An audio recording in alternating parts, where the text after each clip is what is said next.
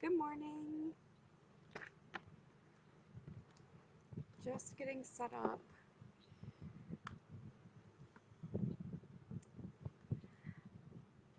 If you don't mind helping me test the audio, can you hear me? Is this like loud enough? I know I'm like outside today, so I don't know if it's like loud enough. So if you don't mind just letting me know in a comment if you can hear me or if I need to speak up or move the camera, please.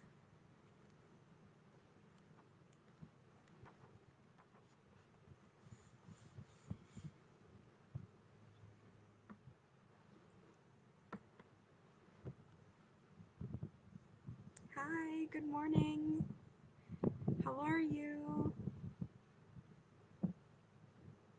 I wonder if this might actually be a better place for my live. Whoop. On the Instagram, then you get some of the scenery too.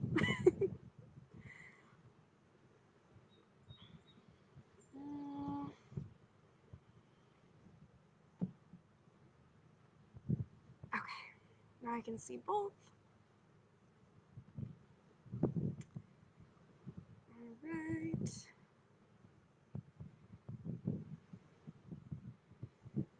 It's warmer in the sun than expected.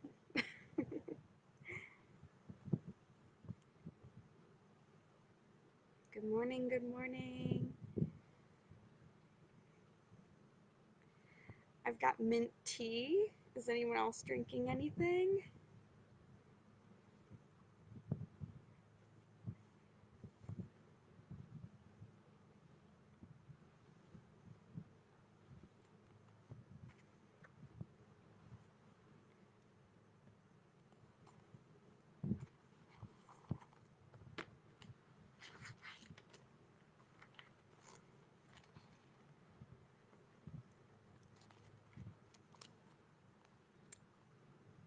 Alright. We'll wait just so it's 5 after. We'll wait just another couple minutes, maybe like 2 more minutes.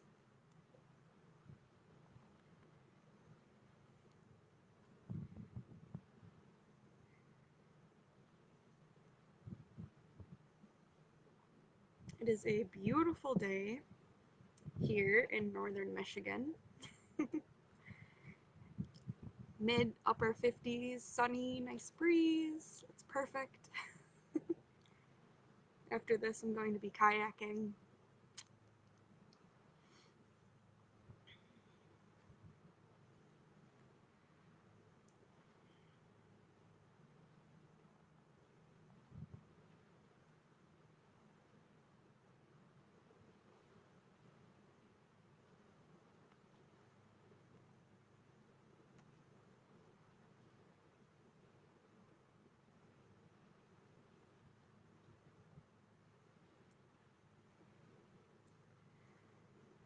Okay, let's get started.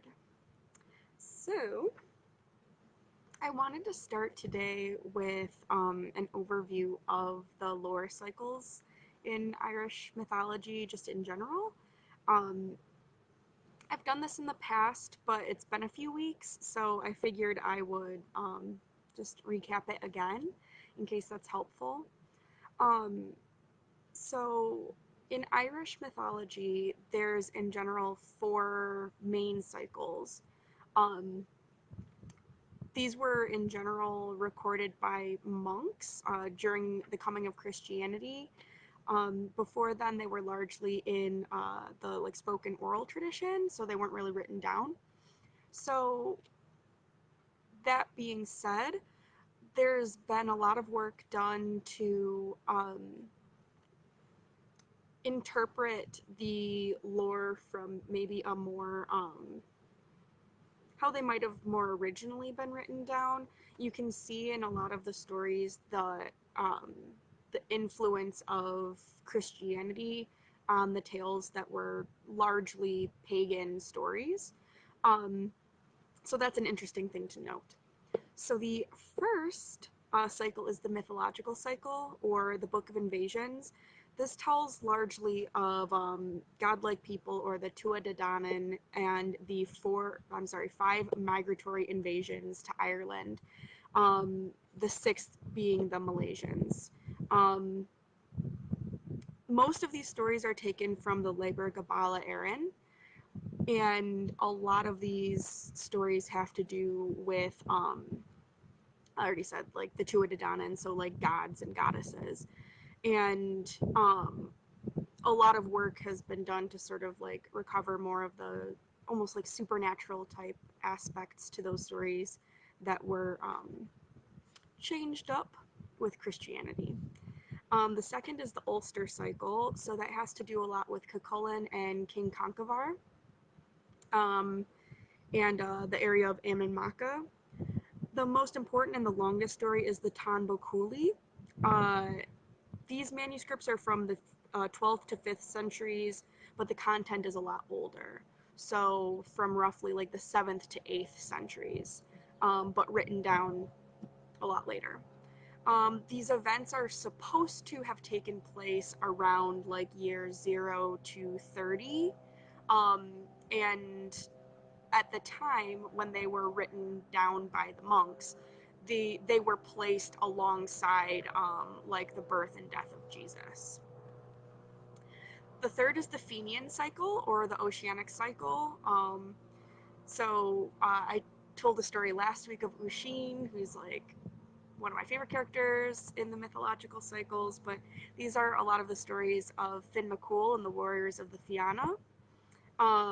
This is also where the metrical Dinshenkis is. That's the text of places. So those tales tell a lot. Sorry, my hair is like in my mouth. Okay. The Dinshenkis tells a lot about how different places got their names. These were recorded in the like 14th-ish century, and they largely take place a few hundred years after the Ulster cycle.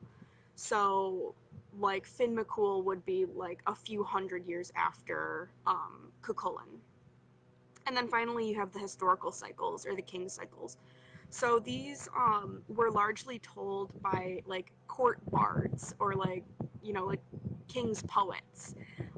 So a lot of these tales are about the genealogy and the history of their kings, of the bards who would be telling these tales. So within and without these as well, you have a couple of types of tales called the Actri and the Imrama. So those are both plural forms of the Irish Actra and Imram. And those are, so the Actri are adventure tales into the other world, and the Imrama are voyage tales. So the Actri are largely in a pagan context. The Imrama are largely in a Christian context. So those are really interesting because that's where you get a lot of the stuff about the Irish otherworld, and get some cool stuff there with Manannán Mac Lir, etc. So like last week, the tale of Usheen in Tir na Nog, the Land of Youth, that could be considered an Actra. And I am still working on getting my hands on those. They are elusive. So, boo to that. But they're a little bit difficult to get a hold of so far, but I'm working on it. I would really, really love to be able to tell those stories. Most of what I've been telling so far has been from the Ulster and the Fenian cycles. So the story for today, and if that was, oh, hey Kay, thanks. I'm glad to hear you virtually.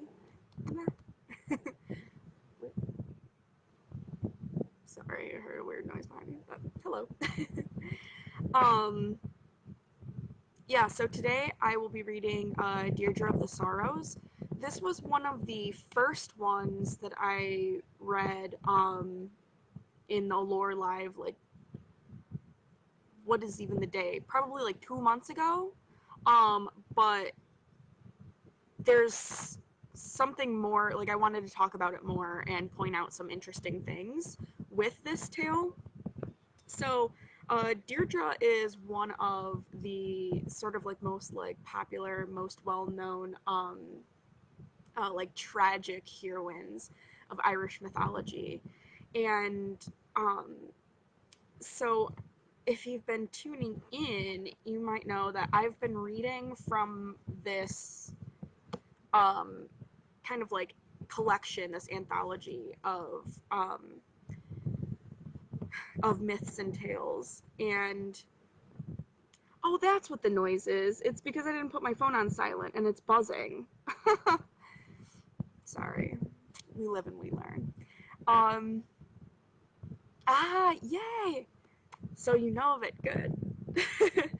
um, so this book is called Celtic Myths and Tales, and I was originally skeptical because I bristle when I hear things called Celtic, because people tend to mean Irish or Scottish or Welsh and just call it Celtic, and it's this sort of like vaguely Tolkien-esque mishmash of cultures that ends up disregarding and disrespecting like the individual cultures within that. Um, when you say the word Celtic, technically that is like more of it's an anthropological and linguistic term. So it's more of like an academic term that is used to like signify a grouping of separate historical cultures. So it's used like anthropologically and linguistically to group like Irish, Welsh, Scottish, English, like in that grouping. But it's important to differentiate in actuality when you're talking about these separate cultures, because each culture and language themselves are they're highly unique and different from each other. And B, they're all their own living current traditions. And in lumping them does erase their sovereignty and their uniqueness and their individuality. So, however, why I do actually like this book is when I cracked it open, it has tales from, it has the uh, some of the main Irish mythological folklore. It has some of the main Welsh and some of the main Scottish. And so, like, very technically, like, by linguistic standards, like, they are following Celtic. Like, it's a grouping of these, and they actually do separate them, and they actually do differentiate. So if you're interested, this is one of those, like, I picked it up on, like, the Barnes & Noble end cap. It's, like, the shiny, like, gift book copies for Instagram over here. And the editor on this, I can't even find it online, but the editor is Laura Bolbeck and Catherine Taylor, and it's by Flame Tree Publishing.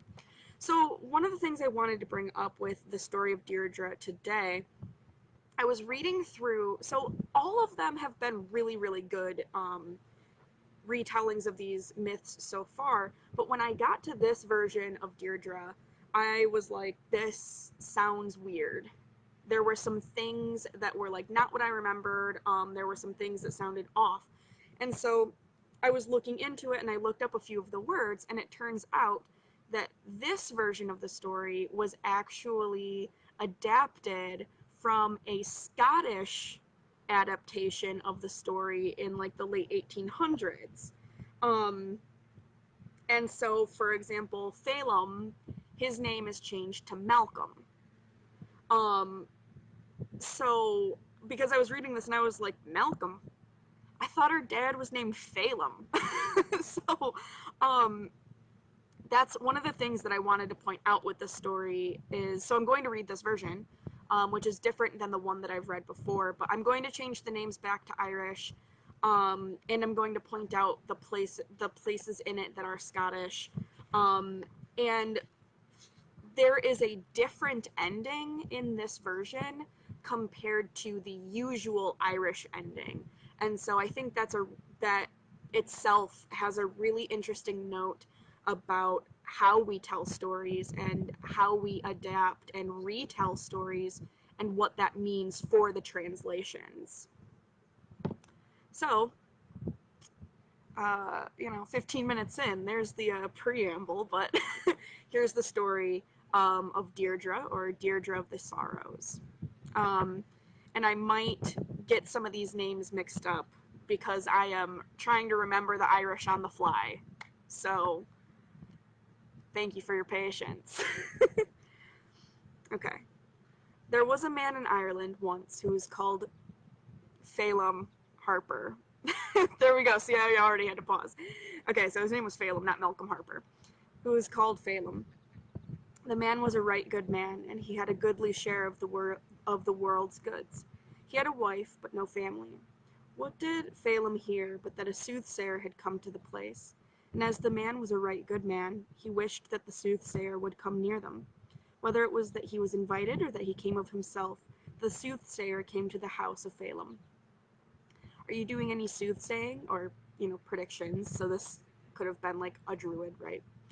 Are you doing any soothsaying? Says Phelim. Yes, I am doing a little. Are you in need? Well, I do not mind taking soothsaying from you, if you had some for me, and would be willing to do it.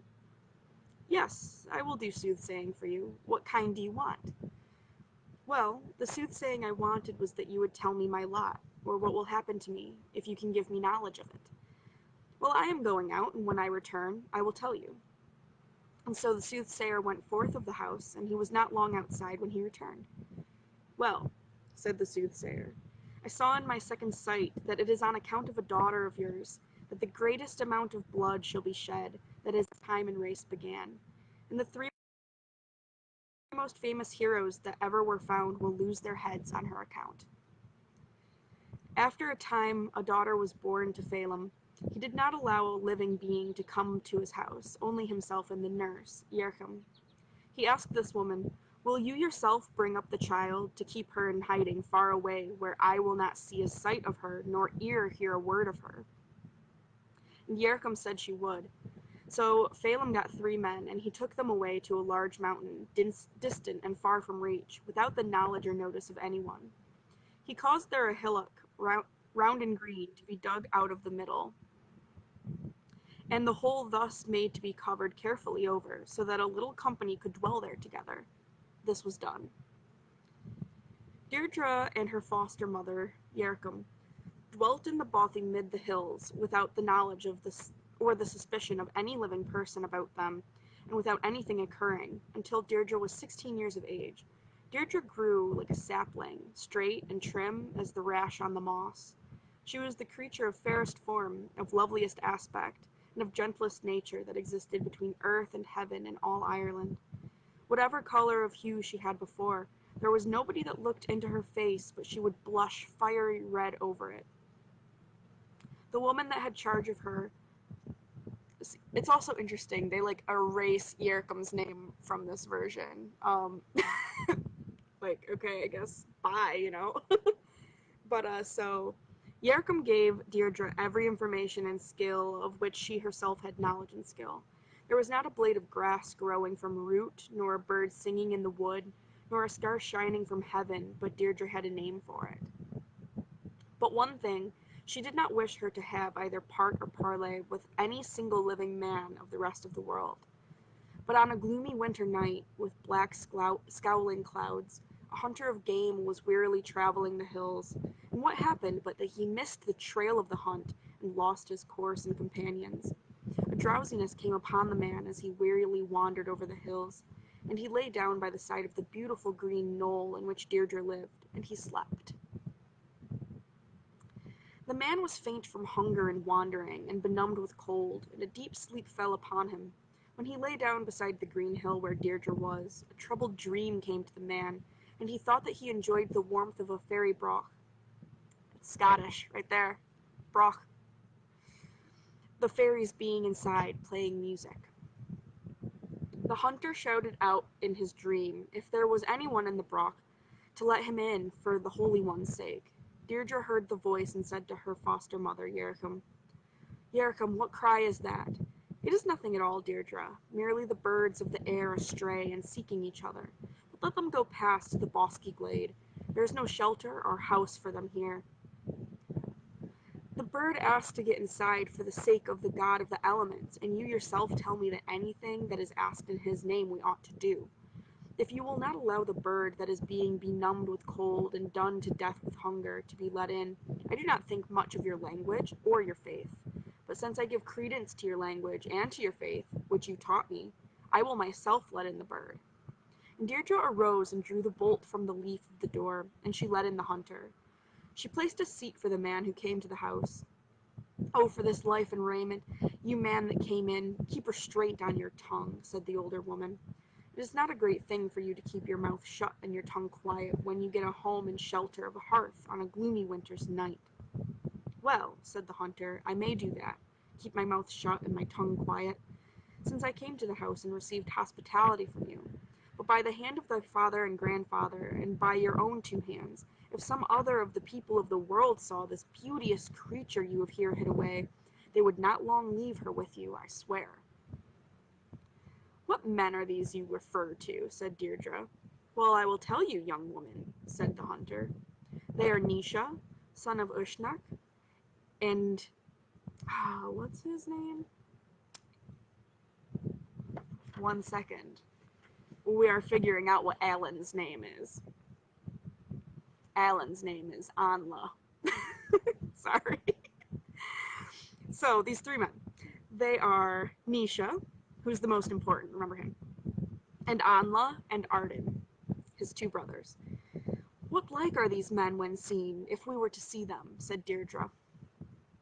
Why, the aspect and form of the men when seen are these, said the hunter. They have the color of the raven on their hair, their skin like swan on the wave in whiteness, and their cheeks as the blood of the brindled red calf. And their speed and their leap are those of the salmon of the torrent, and the deer of the grey mountainside. And Nisha is head and shoulders over the rest of the people of Erin. However they are, said the nurse, be you off from here, and take another road. And, King of light and sun, in good sooth and certainty, little are my thanks for yourself, or for her that let you in. The hunter went away, and went straight to the palace of King Conchobar. He sent word into the king that he wished to speak to him if he pleased. The king answered the message and came out to speak to the man. What is the reason for your journey? Said the king to the hunter. I have only to tell you, O king, said the hunter, that I saw the fairest creature that was ever born in Erin, and I came to tell you of her.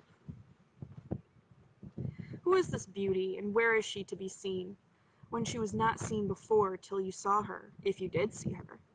Well, I did see her, said the hunter, but, if I did, no man else can see her unless he get directions from me as to where she is dwelling. And will you direct me to where she dwells? And the reward for your directing me will be as good as the reward of your message, said the king. Oh, I will direct you, O king, although it is likely that this will not be what they want, said the hunter.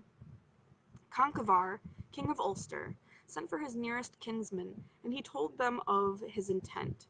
Though early rose the song of the birds mid the rocky caves, and the music of the birds in the grove, earlier than that did Conchobar, king of Ulster, arise, with his little troop of dear friends, in the delightful twilight of the fresh and gentle May. The dew was heavy on each bush and flower and stem, as they went to bring Deirdre forth from the green knoll where she stayed. Many a youth was there who had had a lithe leaping and lissome step, when they started, whose step was faint, failing, and faltering, when they reached the bothy on account of the length of the way and roughness of the road. What a sentence. Yonder now, down in the bottom of the glen, is the bothy where the woman dwells, but I will not go nearer than this to the old woman, said the hunter. Conchobar, with his band of kinsfolk, went down to the green knoll where Deirdre dwelt, and he knocked at the door of the bothy.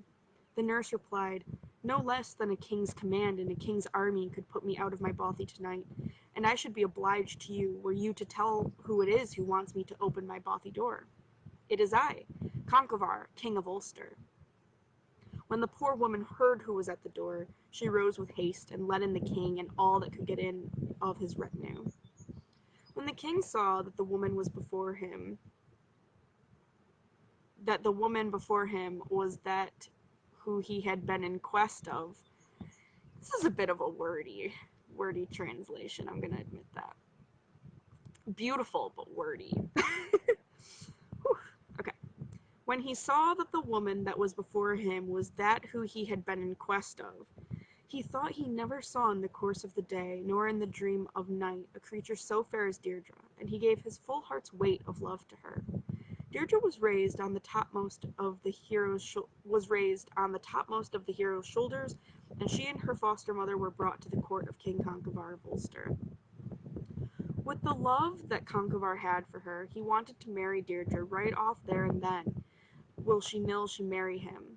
But she said to him, "I would be obliged to you if you will give me the respite of a year and a day." This is a typical time frame. He said, "I will grant you that, hard though it is, if you will give me your unfailing promise that you will marry me at the year's end." And she gave the promise. Conchobar got for her a woman teacher and merry modest maidens fair that would lie down and rise with her, that would play and speak with her. Deirdre was clever in maidenly duties and wifely understanding, and Conchobar thought he never saw with bodily eye a creature that pleased him more. Deirdre and her women companions were one day out in the hillock behind the house, enjoying the scene and drinking in the sun's heat. What did they see coming but 3 men a-journeying? Deirdre was looking at the men that were coming and wondering at them. When the men neared them, Deirdre remembered the language of the huntsmen, and she said to herself that these were the 3 sons of Uisnech, and that this was Naoise, he having what was above the bend of the 2 shoulders above the men of Erin all. The 3 brothers went past without taking any notice of them, without even glancing at the young girls on the hillock. What happened but that love for Naoise struck the heart of Deirdre, so that she could not but follow after him. She girded up her raiment and went after the men that went past the base of the knoll, leaving her women attendants there. Anla and Arden had heard of the woman that Conchobar, King of Ulster, had with him, and they thought that, if Naoise, their brother, saw her, he would have her himself, more especially as she was not married yet to the king. They perceived the woman coming, and called on one another to hasten their step, as they had a long distance to travel, and the dusk of night was coming on. They did so. She cried, "Naoise, son of Uisnech, will you leave me?" What piercing, shrill cry is that, the most melodious my ear has ever heard, and the shrillest that ever struck the heart of all the cries I've ever heard. "Is it anything else but the wail of the wave-swans of Conchobar?" said his brothers. "No, yonder is a woman's cry of distress," said Naoise, and he swore he would not go further until he saw from whom the cry came, and Naoise turned back. Naoise and Deirdre met, and Deirdre kissed Naoise 3 times, and a kiss each to his brothers. Side note, consent is sexy. Don't go walking up to random hot people and kissing them, even if, like, they're really hot. So, I'm just gonna put that disclaimer in there. Deirdre she definitely should have asked, like, "Hey, Naoise, you're hot, let me kiss." So, just a disclaimer. So, she does this, not so good kiss on him, but he's into it. So, with the confusion that she was in, Deirdre went into a crimson blaze of fire, and her color came and went as rapidly as the movement of the aspen by the streamside. Naoise thought he never saw a fairer creature, and Naoise gave Deirdre the love that he never gave to thing, to vision, or to creature but to herself. Then Naoise placed Deirdre on the topmost height of his shoulder, and told his brothers to keep up their pace, and they kept up their pace. Naoise thought that it would not be well for him to remain in Erin on account of the way in which Conchobar, King of Ulster, his uncle's son, had gone against him because of the woman, though he had not married her. and he turned back to Alba, that is, Scotland. He reached the side of Loch Ness and made his habitation there. He could kill the salmon of the torrent from out his own door, and the deer of the Grey Gorge from out his window. Nisha and Deirdre and Anla and Arden dwelt in a tower, and they were happy for so long a time as they were there. By this time, the end of the period came at which Deirdre had to marry Conchobar, king of Ulster. Conchobar made up his mind to take Deirdre away by the sword, whether she was married to Nisha or not, so he prepared a great and gleeful feast. He sent word far and wide through Erin, all to his kinspeople, to come to the feast. Conchobar thought to himself that Nisha would not come, though he should bid him, and the scheme that arose in his mind was to send for his father's brother, Fergus, and to send him on an embassy to Nisha. He did so, and Conchobar said to Fergus, "Tell Nisha, son of Uisnech, that I am setting forth a great and gleeful feast to my friends and kinspeople throughout the wide extent of Erin all, and that I shall not have rest by day nor sleep by night, if he and Anla and Arden not be partakers of the feast. So I'm not going to be happy if they don't come." Fergus and his 3 sons went on the journey, and reached the tower where Nisha was dwelling by the side of Loch Etive. Correct me on that, please. I couldn't find the pronunciation for that one. The sons of Uisnech gave a cordial, kindly welcome to Fergus and his 3 sons, and asked of him the news of Erin. "The best news I have for you," said the hardy hero, "is that Conchobar, king of Ulster, is setting forth a great, sumptuous feast to his friends and kinspeople throughout the wide extent of Erin all, and he has vowed by the earth beneath him, by the high heaven above him, and by the sun that wends to the west, that he will have no rest by day nor sleep by night. The sons of Uisnech, the sons of his own father's brother, will not come back to the land of their home and the soil of their nativity, and to the feast likewise, and he has sent us on embassy to invite you." "We will go with you," said Nisha. "Yes, we will," said his brothers. But Deirdre did not wish to go with Fergus, and she tried every prayer to turn Nisha from going with him. She said, "I saw a vision, Nisha. Do you interpret it to me?" she said, and then she sang, "O Nisha, son of Uisnech, hear what was shown in a dream to me. There came 3 white doves out of the south, flying over the sea. Drops of honey were in their mouth, from the hive of the honey bee. O Nisha, son of Uisnech, hear what was shown in a dream to me. I saw 3 grey hawks out of the south, come flying over the sea, and the red, red drops they bear in their mouth, they were dearer than life to me." Said Nisha, "It is naught but the fear of woman's heart, and a dream of the night, Deirdre." First off, rude. It's like, you're just a scared woman. She should have stayed in Scotland on her, like, nice island. Sent them back. Rude. "The day that Conchobar sent the invitation to his feast will be unlucky for us if we don't go, O Deirdre." "You will go there," said Fergus, "and if Conchobar show kindness to you, show ye kindness to him. And if he will display wrath toward you, display ye wrath toward him. And I and my 3 sons will be with you." "We will," replied his sons. "I have 3 sons, and they are 3 heroes, and in any harm or danger that may befall you, they will be with you, and I myself will be along with them." And Fergus gave his vow and his word in presence of his arms that, in any harm or danger that came in the way of the sons of Uisnech, he and his 3 sons would not leave head on live body in Erin, despite sword or helmet, spear or shield, blade or mail, be they ever so good. Deirdre was unwilling to leave Alba, but she went with Nisha. Deirdre wept tears in showers, and she sang, "Dear is the land over there, Alba full of woods and lakes. Bitter to my heart is leaving thee, but I go away with Nisha." Fergus did not stop till he got the sons of Uisnech away with him, despite the suspicion of Deirdre. The coracle was put to sea, the sail was hoisted to it, and the second morrow they arrived on the white shores of Erin.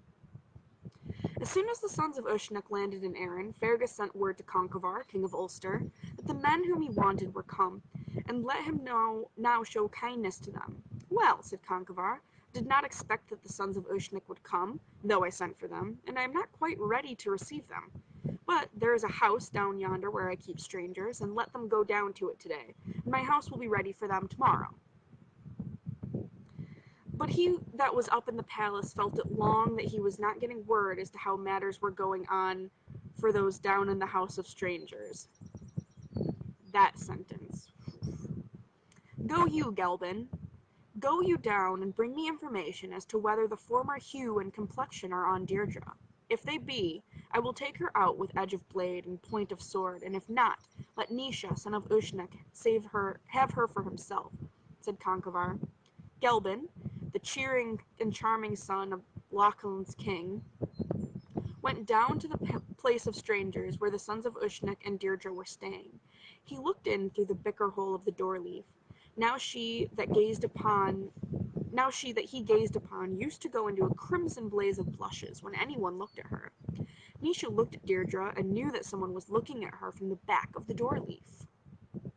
He seized one of the dice on the table before him and fired it through the bicker hole, and knocked the eye out of Gelban, the cheerful and charming, right through the back of his head. Gelban returned back to the palace of King Conchobar. You were cheerful, charming, going away, but now you are cheerless, charmless, returning. What has happened to you, Gelban? But have you seen her, and are Deirdre's hue and complexion as before? Said Conchobar. Well, I have seen Deirdre.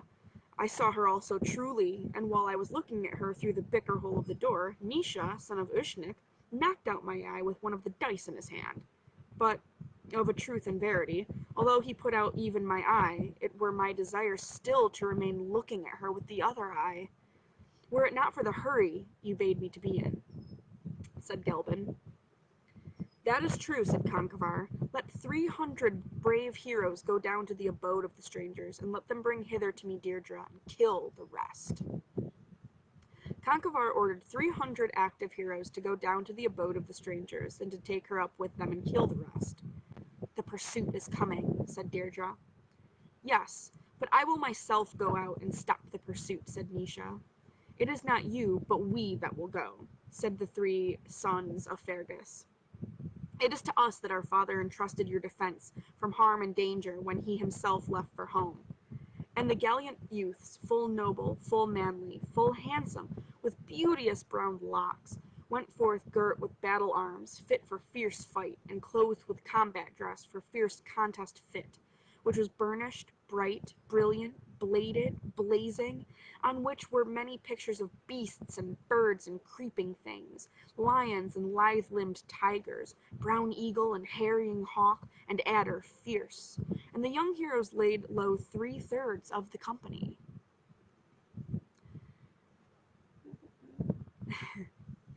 Conchobar came out in haste, and cried with wrath, Who is here on the floor of fight, slaughtering my men?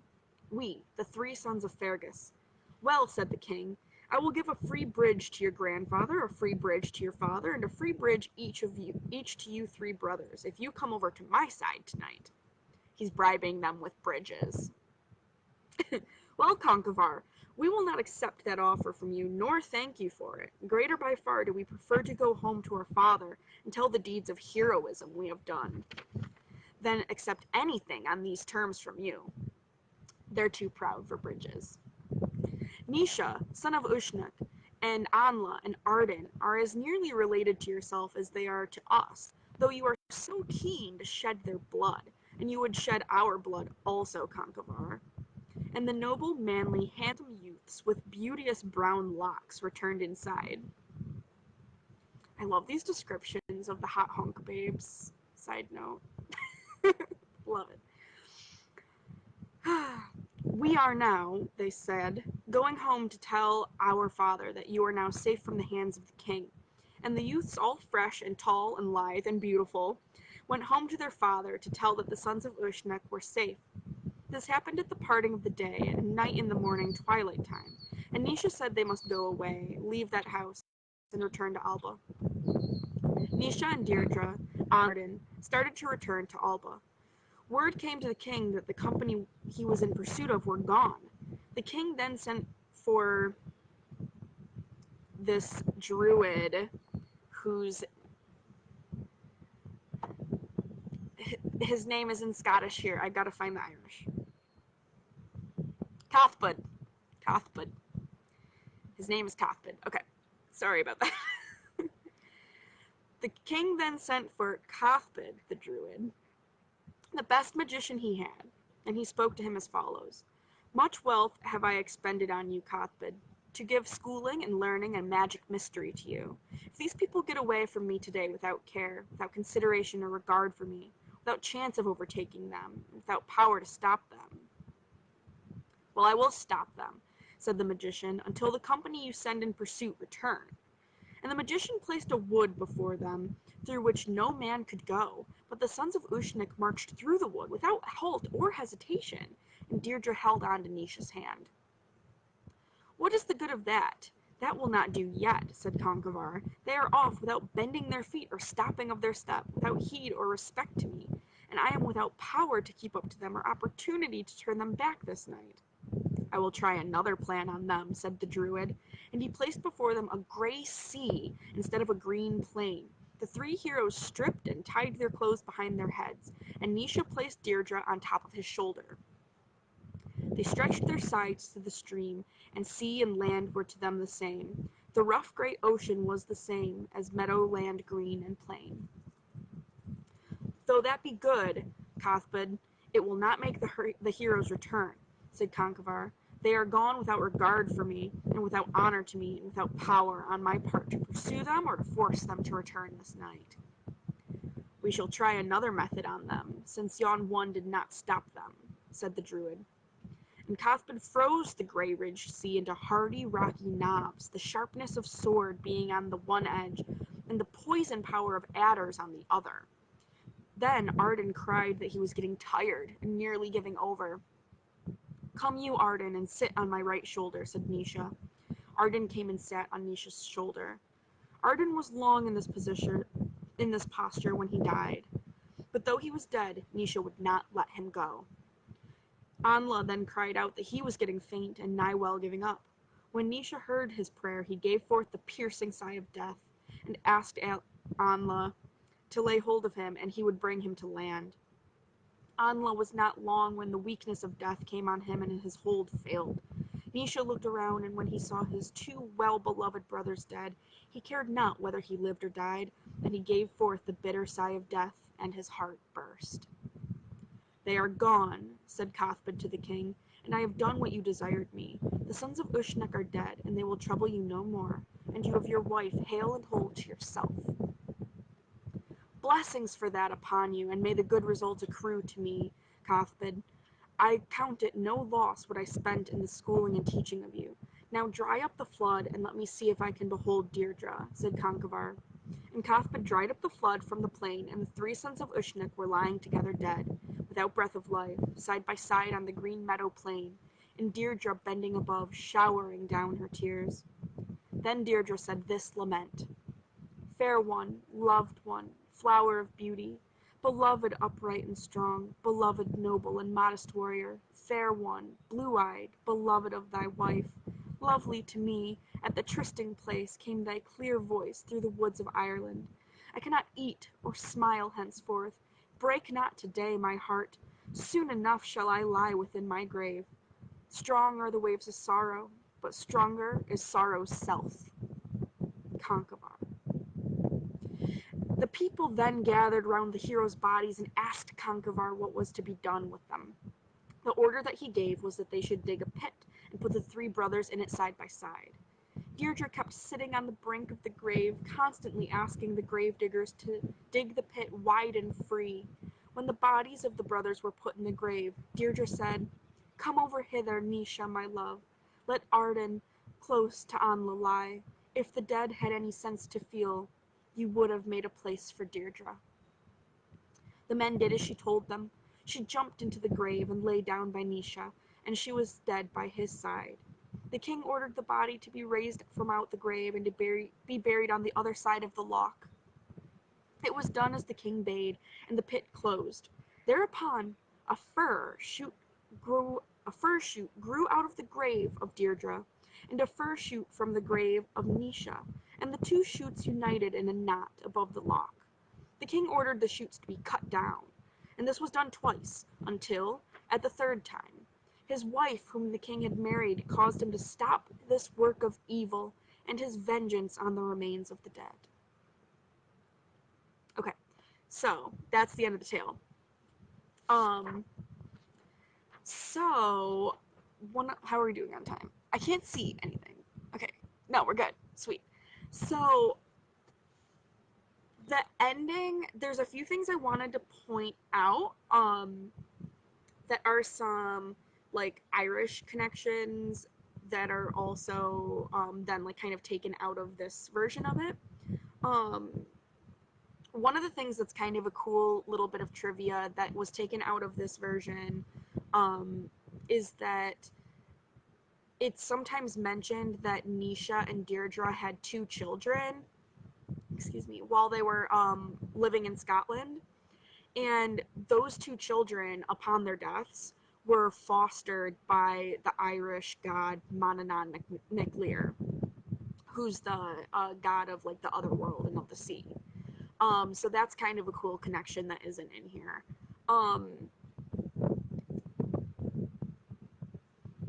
There's another typical Irish myth, I don't want to say trope, but like a aspect that also isn't present in this version, but is usually present in other versions, and that is the aspect of the gish, or a gay, like the plural would be geisha. So a gish is basically when a restriction is put on you for some reason or another. Usually it's by a god or a goddess. So, for example, like Cuchulainn had geisha put on him, like you could have a restriction that you can't eat a certain food, or you have to eat at a cooking pit whenever you come across one. That was one of Cuchulainn's. So, one of the things that is not present in this telling of the story that's kind of important for the mythological cycle in general is that, so Fergus, who is sent by Conchobar to go over to Scotland and grab them back,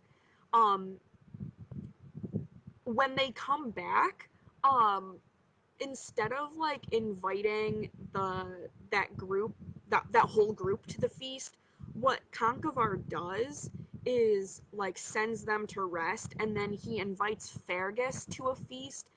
Fergus has a restriction on him where if he's invited to a feast, he has to go. Which, like, sounds good at first, but in actuality that would be pretty rough, where you're like, I just want to rest, but I've got to go to this party. So Fergus goes to the feast, and then meanwhile, elsewhere, is when the whole killing of who's a what's it names, the main dude, Nisha and his brothers are killed, while Fergus is at the feast, like red wedding style. Fergus comes back and sees that his brethren are slaughtered, and he's super upset. Understandably so, right? So he's super upset, he's outraged that Conchobar has done this. Why this is important in the classical Irish telling of this is that Fergus's rage at that betrayal and at those killings of them ignites later in the mythology. He ends up fighting against Ulster in the Táin Bó Cúailnge, and that's like the main like Irish epic from the Ulster cycle, right? Ulster cycle, yeah. So that is like really what ignites his reason for doing so, but isn't present in this retelling. And then here's the alternate ending. So in this one, there's the whole thing with like the magic, and they can't withstand it, and they're killed, and then they're buried, and then Deirdre jumps in the hole, etc. Right? dies of a broken heart, basically. Here's the usual Irish ending to this tale. So, during the Red Wedding style slaughter of the Sons of Ushnak, um, the person who kills Nisha is Owen. So Owen comes in and kills Nisha with a spear. Okay, so they're all killed. And Conchobar takes Deirdre. Okay, so he's got Deirdre. They're living together for a year and a day. Again, typical timeline. So they're living together, and she is understandably so super cold, right? She's like, yeah, I hate this guy. He killed my lover, basically, like, and stole me away, and I don't want to be here. Um, so she's salty toward him for the entire year, and he's fed up at the end of it. He's like, I'm pretty done with this. Is there anybody who you hate more than me? This is a very like Ramsay Bolton, like I'm making all these Game of Thrones references, but this is a very Ramsay Bolton-esque thing. He's like, is there anyone you hate more than me? And she's like, yeah. The only person I hate more than you is Owen, the dude who killed my husband with a spear. And so he says, all right then, well, if you hate Owen so much, why don't you marry him? And he takes Deirdre and he gives her to Owen, the dude who killed her lover with a spear. How horrific is that, right? That's some Ramsay Bolton shit. So he gives Deirdre to Owen, and as Owen is like carting her away, she flings herself or falls from, depending on the retelling. Fling is more dramatic. She flings herself from the cart and she hits her head on a rock and she subsequently dies. And then the very, very end is usually the same, where she's buried next to the Sons of Ushnak, and then like the trees grow up together and it's love. So the reason why I wanted to tell this version and then sort of give the cliff notes on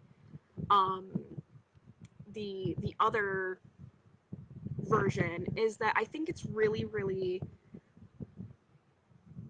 I want to like start by saying I think it's beautiful that this tale is so well known and so like retold that it was like published in this Scottish version, which is really, I think it's really cool. And I think it's also really cool that you can see all of the Scottish influences in the story itself. So with some of the words that were used and with the names being changed to the Scottish versions, I think that's really, really cool to see. So I don't want it to sound like I'm complaining about that, because I'm not at all. I think that there's something so beautiful about the way that we relate to other cultures and other countries' stories, and we retell them and make it accessible for our culture. I get that. I support that.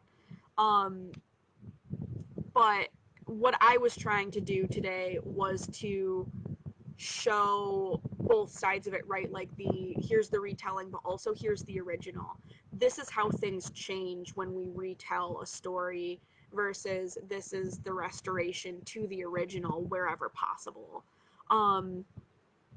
And of course, I say original, but a lot of mythological tales were lost. A lot of them were never recorded. So I'm just going off of what I have been able to find and study and make comparisons of. I just think it's super interesting to see that sort of like crossover. And I think it's also important to kind of take our time and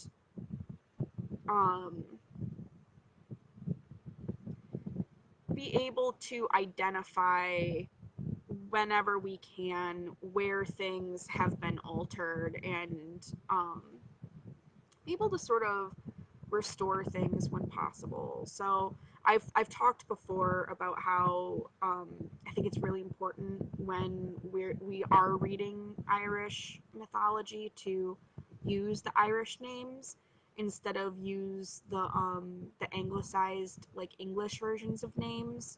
Um, I think that's highly important because um, the Irish language was heavily colonized um, and in a lot of ways scattered by the English. And so it's important to take some time and recognize when that has happened and try to restore wherever possible. Irish is a very, very difficult language, but it's so worth it. It's so worth it to foster that deep connection to it.